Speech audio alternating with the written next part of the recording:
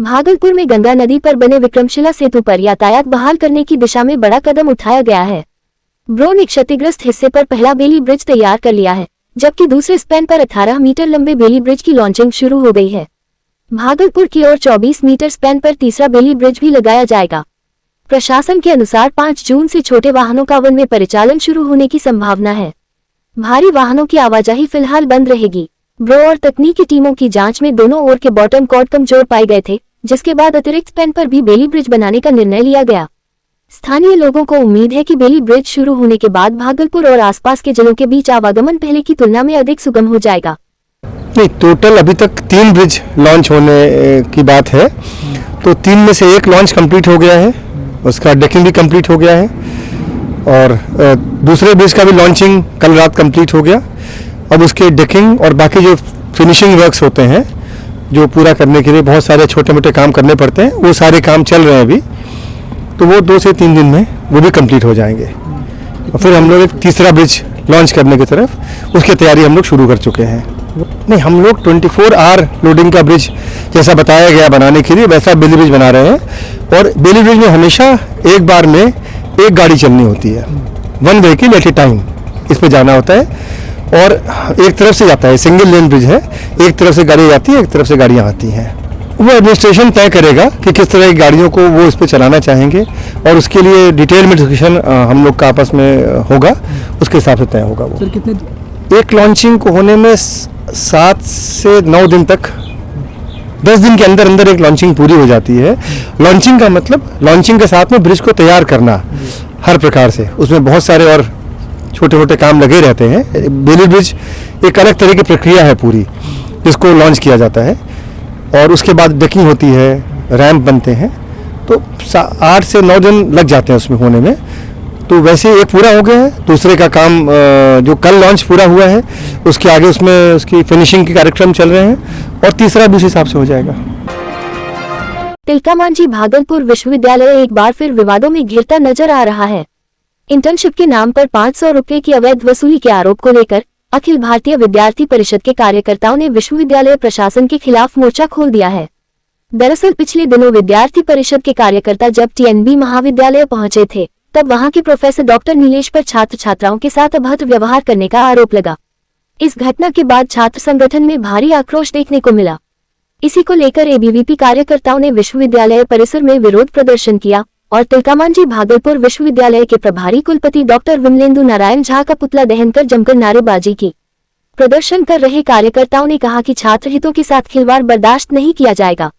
साथ ही चेतावनी दी कि जब तक प्रोफेसर डॉक्टर नीलेश को निलंबित नहीं किया जाता तब तक आंदोलन लगातार जारी रहेगा। ताकि हम लोगों ने इंटर्नशिप में जो 500 रुपया शुल्क लिया जा रहा था, उसको लेकर हमारे विश्वविद्यालय के सभी कॉलेजों में कार्यकर्ता प्रदर्शन कर रहे थे। हम लोग भी टीएनबी कॉलेज गए थे। टीएनबी कॉलेज में एक नीलेश नाम का जो प्रोफेसर है, वो पूर्ण रूप से गुंडाई पे उतर आए हैं। उनको ये पता होना चाहिए शिक्षा के मंदिर में शिक्षकों को किस तरह से छात्रों का व्यवहार करना चाहिए, उन्हें ये पता नहीं है। हमारी छात्रा बहनों के साथ उन्होंने जिस तरह से गाली गलौज किया, आम कार्यकर्ताओं के साथ गाली गलौज किया, हमने क्या किया था? हाथ जोड़कर उनसे कहा था कि हमारा प्रदर्शन है, समर्थन करिए। छात्रों से 500 रुपया आपके कॉलेज में छात्रों से वसूला जा रहा है, लेकिन उन्होंने सिर्फ और सिर्फ गुंडाई का रास्ता चुना। वो मैं बताना चाहता हूँ, जिस प्रकार से इस विश्वविद्यालय में अवैध छात्रावास में रहने वाले लोगों को उन्होंने बुलाया और गुंडाई करवाने का कार्य विद्यार्थी परिषद के कार्यकर्ताओं पर करवाया, ये उनको मैं बता देना चाहता हूँ। अब जिस प्रकार से विश्वविद्यालय से हमारी मांग है कि नीलेश कुमार का सिर्फ और सिर्फ निलंबन। भागलपुर से एक बड़ी सामाजिक और संगठनात्मक खबर सामने आई है। भागलपुर के समाजसेवी और विधिक कार्यकर्ता याकूब अंसारी को राष्ट्रीय विधिक अन्वेषण आयोग का राष्ट्रीय अध्यक्ष चुना गया है। उनकी इस नियुक्ति को उनके लंबे समय से किए जा रहे कानूनी और सामाजिक कार्यों की बड़ी मान्यता माना जा रहा है। याकूब अंसारी के राष्ट्रीय अध्यक्ष बनने की खबर मिलते ही भागलपुर में खुशी और जश्न का माहौल देखने को मिला। जैसे ही वह ट्रेन से भागलपुर रेलवे स्टेशन पहुंचे, समर्थकों और कार्यकर्ताओं ने फूल मालाओं से उनका भव्य स्वागत किया। स्टेशन परिसर नारों और शुभकामनाओं से गूंज उठा। इस मौके पर समर्थकों ने मिठाइयां बांटी और एक दूसरे को बधाई दी। वहीं याकूब अंसारी को हिंदुस्तानी आवाम मोर्चा यानी हम पार्टी के लेबर सेल में राष्ट्रीय उपाध्यक्ष की भी जिम्मेदारी सौंपी गई है। अपने स्वागत से अभिभूत याकूब अंसारी ने कहा कि वह राष्ट्रीय विधिक अन्वेषण आयोग को नई ऊंचाइयों तक ले जाने का काम करेंगे। उन्होंने कहा कि देश के शोषित, पीड़ित और वंचित लोगों को न्याय दिलाना उनकी प्राथमिकता होगी। याकूब अंसारी ने यह भी कहा कि संगठन के माध्यम से आम लोगों को कानूनी सहायता और अधिकार दिलाने की दिशा में मजबूती से काम किया जाएगा।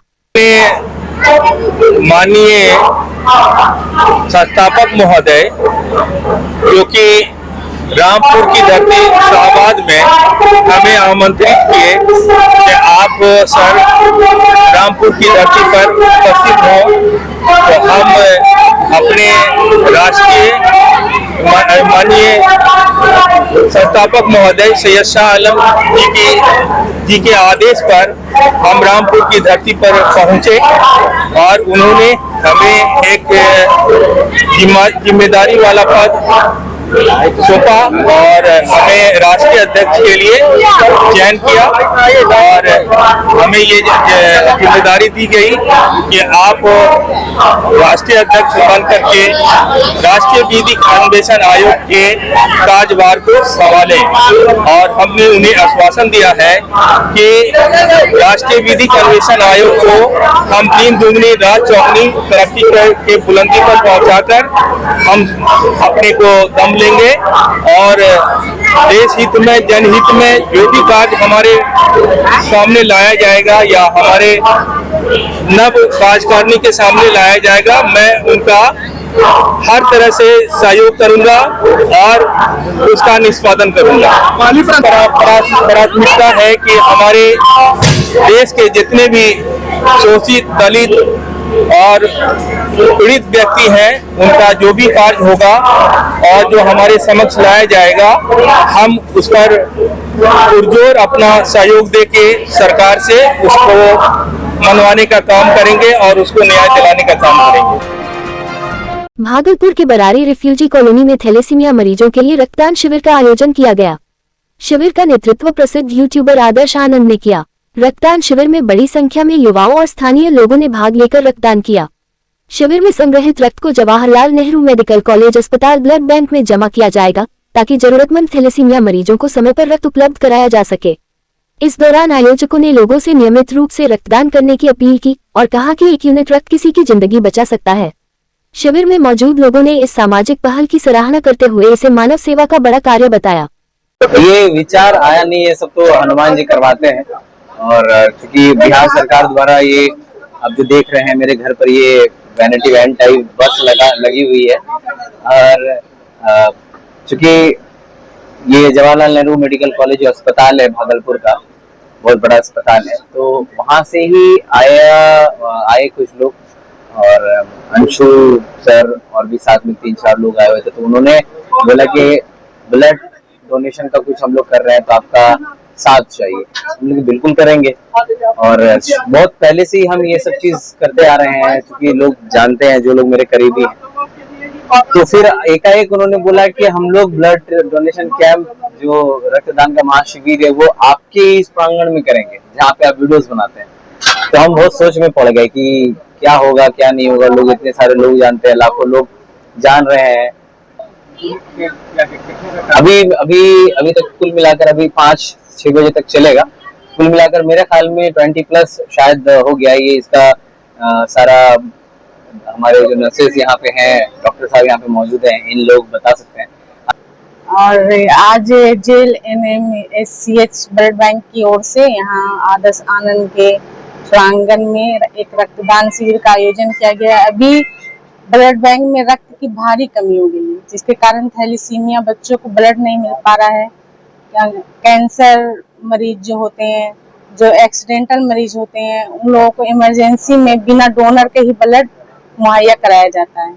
लेकिन अभी गर्मी के कारण ही इतना ज्यादा ब्लड बैंक में ब्लड की कमी हो गई है कि अंशु जी वो ब्लड आगे आए, आदर्श आनंद जी से बात किए, वो इसमें पूरा सहयोग किए और आज रक्तदान शिविर का आयोजन किया गया। भागलपुर के एकचारी थाना क्षेत्र के दियारा इलाके में वर्चस्व कायम करने और लोगों में दहशत फैलाने के लिए की गई फायरिंग मामले का पुलिस ने 24 घंटे के भीतर खुलासा कर दिया है। पुलिस ने त्वरित कार्रवाई करते हुए 3 अपराधियों को गिरफ्तार किया है। घटना 23 मई की रात टिंगरिया प्राथमिक स्कूल के पास हुई थी, जहां अपराधियों ने अंधाधुंध फायरिंग कर इलाके में खौफ फैलाने की कोशिश की। सूचना मिलते ही भागलपुर पुलिस अलर्ट मोड में आ गई। एसएसपी के निर्देश पर एसटीएफ और 15 से अधिक थानों की पुलिस की संयुक्त टीम बनाई गई और दियारा इलाके में बड़े पैमाने पर छापेमारी शुरू की गई। छापेमारी के दौरान पुलिस ने सबसे पहले कर्पूरी मंडल को गिरफ्तार किया। पूछताछ में उसने बताया कि उसके मामा अगहनू मंडल के जेल जाने के बाद इलाके में गिरोह का दबदबा कम हो गया था, इसलिए दोबारा भय का माहौल बनाने के लिए फायरिंग की गई थी। कर्पूरी की निशानदेही पर पुलिस ने अशोक मंडल उर्फ अनिकेत कुमार और आशीष कुमार को भी गिरफ्तार कर लिया। गिरफ्तार अपराधियों के पास से एक देसी कट्टा, 5 जिंदा कारतूस और 10 खोखे बरामद किए गए हैं। पुलिस अब फरार अन्य आरोपियों की तलाश में लगातार छापेमारी कर रही है। इस कांड में संलिप्त अपराध कर्मियों की गिरफ्तारी हेतु गठित टीम के द्वारा लगातार छापेमारी की गई और दिनांक 24/5/2026 को गुप्त सूचना के आधार पर कांड में संलिप्त कर्पूरी मंडल, पिता भीम मंडल, साकिन एकचारी दियारा, थाना एकचारी, जिला भागलपुर एवं अशोक मंडल उर्फ अनिकेत कुमार, पिता योगेंद्र मंडल और तीसरा अभियुक्त आशीष कुमार, पिता उमेश मंडल, सभी थाना एकचारी को विधिवत गिरफ्तार किया गया। इसमें बरामदगी हुई है एक देसी कट्टे की, 5 जिंदा कारतूस और 10 खोखा।